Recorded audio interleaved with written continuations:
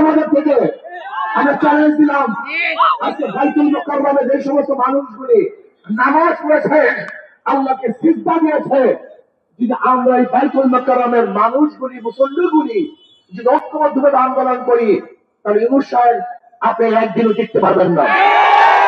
আমি বারবার আপনাকে একটা কথা বলি, আপনার সুখে থাকতে বুঝে গিলে কেন?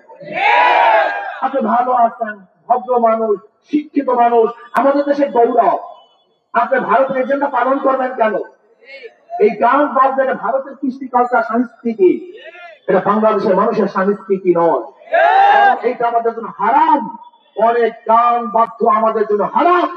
কাজে কোন অবস্থাতেই জাতীয় ভাবে একটা হারাম কাজ চাপিয়ে দেবেন, এটা বাংলাদেশের তৌহিদ জনগণ সহ্য করবে না।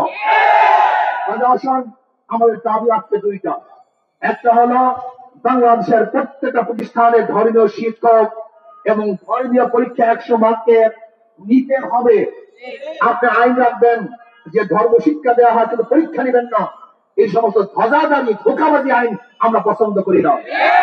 যেখানে ধর্মীয় কিতাব থাকবে, বই থাকবে, 100 মার্কের পরীক্ষাও থাকবে এবং তার শিক্ষকও থাকবে।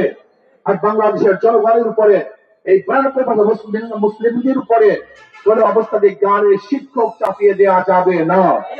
এবং নাস্তিকবাদের যত থিওরি আছে, যেখানে দারুইনের থিওরি, এই দারুইনের থিওরি, ইমান ঘাতক যে থিওরি গুলি আছে বাংলাদেশের কোন পাঠ্যপুস্তকে, সেই সমস্ত নাস্তিকের পক্ষের ইসলাম বিদ্বেষী কোন থিওরি থাকতে পারবে না।